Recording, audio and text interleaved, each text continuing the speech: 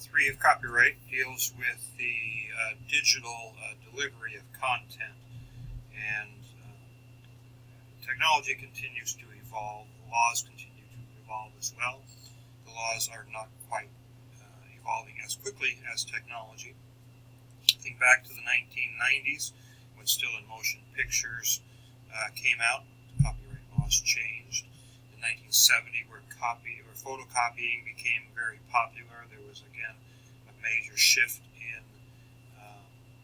the way the copyright was handled.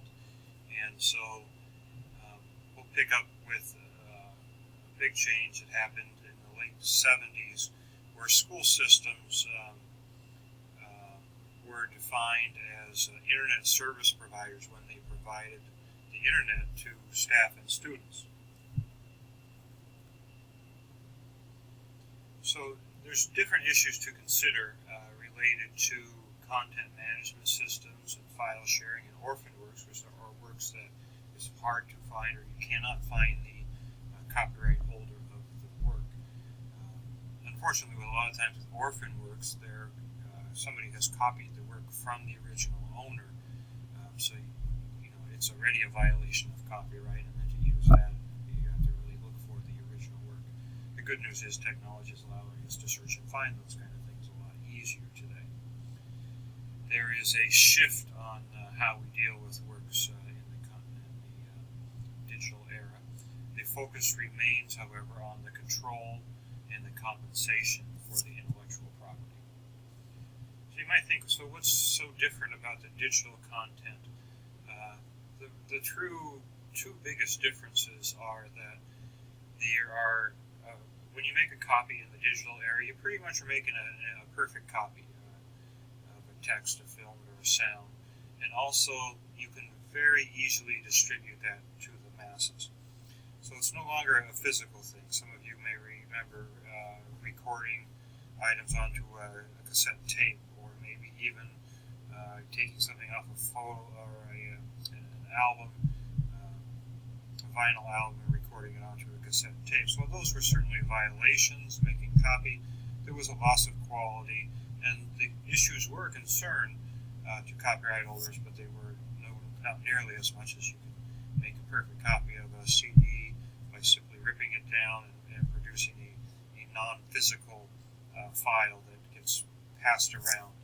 And so there are ways, technological ways of dealing with that, but it's still very easy to move around digital content. Okay, so some of the new parts of the copyright law deal with the Digital Millennium Copyright Act, right before the turn of the millennium, and that was under the World Intellectual Property Organization. And then the TEACH Act of 2002, which basically took technology, education, and copyright and put them all together. And there's others that are will be published and developed. So we need to keep our eyes on the new laws that come out.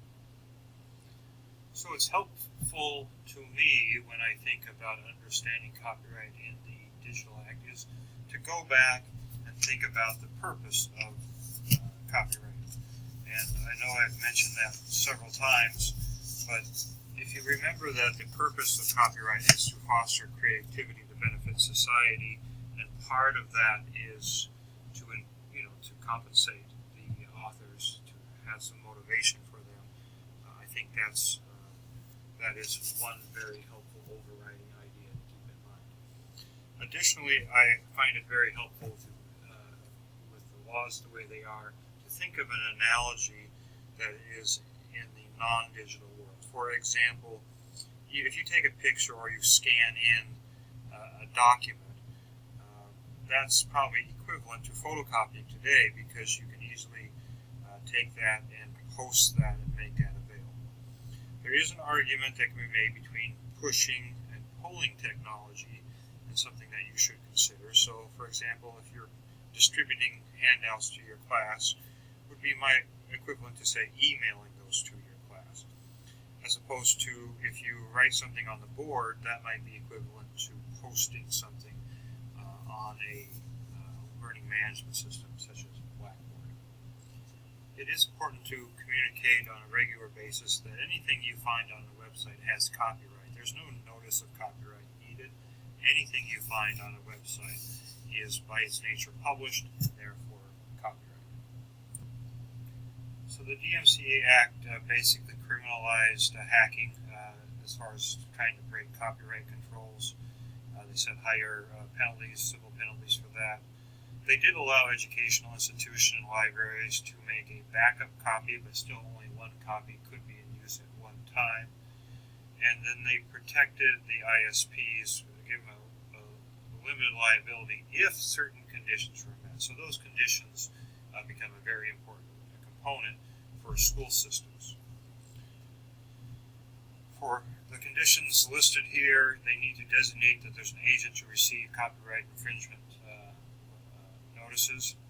The agent's name and address must be registered with the U.S. Copyright Offices. And then the ISP, or in this case the school systems, must have a copyright policy, and they have to comply with any takedown requests. So in this policy, what has to be in the policy, basically they have to have these kind of who and how they're going to take things down, how they're going to terminate accounts, the what's, how they're educating, and they have to create kind of an expert team of, say, librarians, administrators, department heads, in order to be kind of the copyright clearance house or the training aspect. So I guess the good news is that the school systems, if they act appropriately or go through these steps, can be covered. The bad news for this individual teacher, however, is that you are not covered just because the school system is covered. That you can actually, if they're covered, it makes it more likely that if you step out of line, you're not following the correct policies, and that you can be held liable. So all the more reason why you should be aware of this particular issue. The Teach Act of 2002, already becoming dated, was basically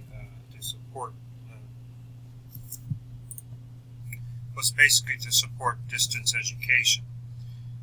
So today we have live video, audio conferencing with desktop sharing, and all the old technologies, online technologies such as chat and discussion board, electronic document sharing, not to mention the web-based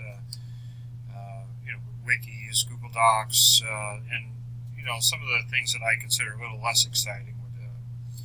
I don't say they could be used very effectively, but just kind of the online journals or blogs, and what I consider the tape recordings online, podcasts, or these video podcast type scenarios. So the Teach Act of 2002 kind of was designed to look at some of these issues. It's okay to perform and display copyrighted material for distance education for an accredited institution or government body. Again, assuming that you're using the technologies, especially if there was login-based access. Digital and non-digital were kind of treated the same. Allows access to any location instead of just one location. There was more freedom for storing, copying digitalized materials. You have to equate the face-to-face course to a distance education course as much as possible for the transmission of performances and displays. What's important for the institutions under the Teach Act of 2002 is that they must have a copyright policy, they must publicize the policy, and the policy must be online. There did seem to be a more leeway, allow more in the way of non-dramatic literary and musical works, as far as poetry, short stories, and standalone music and songs. But there's still no plays, musicals, or operas that could be posted or used. So still not allowed under what was not allowed under the Teach Act in 2002 was textbooks and other items typically purchased for and by students. So the e-textbook was still not part of that. The works created specifically for online uses, digital packages like SCORMs, things like that, were not included in this particular act. And there was still, at that point, no way of doing kind of the electronic reserves of the interlibrary loan online. So changes have been happening since obviously 2002 in this particular area. The whole e-reserve and the one copy and use is very interesting if you look at how publishers are dealing with that, since each one seems to be dealing with it in a slightly different way. And the electronic collections, sometimes the organizations are collecting the books and bringing them into their own systems, and other times they're just accessing them through the publisher systems. So peer-to-peer file sharing is probably not as big a deal for most people as far as teachers go, but it's a big deal when you talk to parents.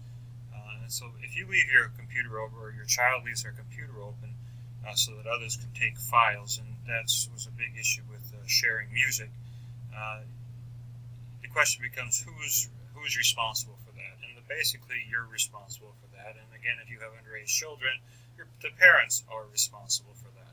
And so if a school system does not have ways of making sure you don't do that, and they leave their systems open, and you leave your system open to do that, you can also be responsible for allowing information to be passed along through your system.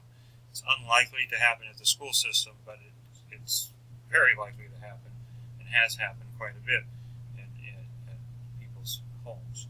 It's also very interesting to see what they post up today, and just how these organizations that host information, such as Google with YouTube, are dealing with those kind of issues. So orphan works are particularly interesting. So orphan works are works where you cannot locate, or the copyright owner cannot be found. So a lot more orphan works have come into being since it's so easy to publish things on the web. And again, a lot of times that work is already a copyright violation and has been posted from somebody else's. So it's questionable if you cannot find the owner if the work should be used. Legislation to limit the liability of using orphan works continues to be developed. So I kind of think a good rule of faith is you make a good faith effort to find the copyright holder, and then you just acknowledge that this information came from this particular site.